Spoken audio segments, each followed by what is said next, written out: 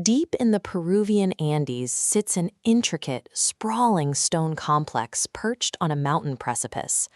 At 2,430 meters above sea level, the terrain is defined by a vertical plunge into the river valley below. There is practically no flat, naturally habitable land on this jagged mountain ridge, and yet the site remains entirely intact. When Spanish conquistadors swept through the continent, they systematically dismantled almost every major Incan temple and city they encountered. The builders lacked steel tools, they lacked draft animals, or even the wheel.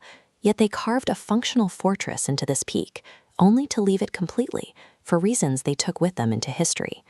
Machu Picchu exists where architectural logic says nothing should. It outlasted the very civilization that carved it from the rock.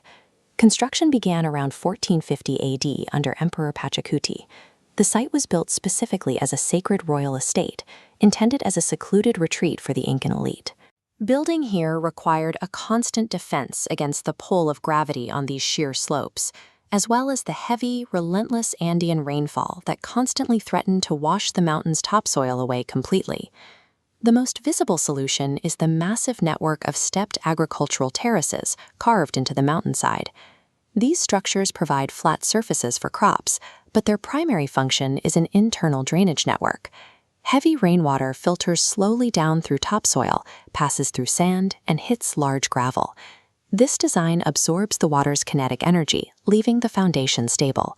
Without this invisible subsurface engineering, the entire city would have slipped off the mountain within a decade of its construction. Water was only part of the problem. The Andes sit on an active tectonic zone, subjecting the mountains to frequent earthquakes. The architects countered this with ashlar masonry. They cut giant granite blocks with such precision they lock together without mortar. In an earthquake, these walls bounce slightly with the tremors and settle back into place rather than cracking. Construction had only been finished for about 100 years before the estate went quiet. In the 16th century, the city was entirely abandoned. This sudden departure coincides with the collapse of the Incan Empire as the Spanish invasion advanced across the continent. While the conquerors dismantled native structures across the region, the extreme altitude and relentless cloud cover acted as a natural camouflage. The Spanish marched past the site without ever seeing it. The same isolation that made the site so difficult to build is exactly what hid it from the conquistadors, protecting it from destruction.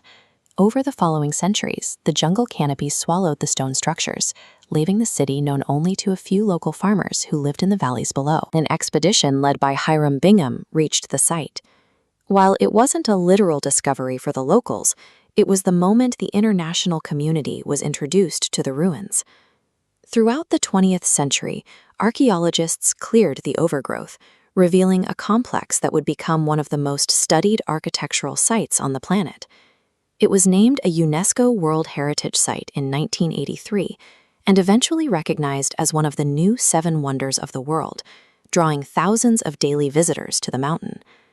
The builders integrated the city into the mountain's natural cycles rather than trying to suppress them.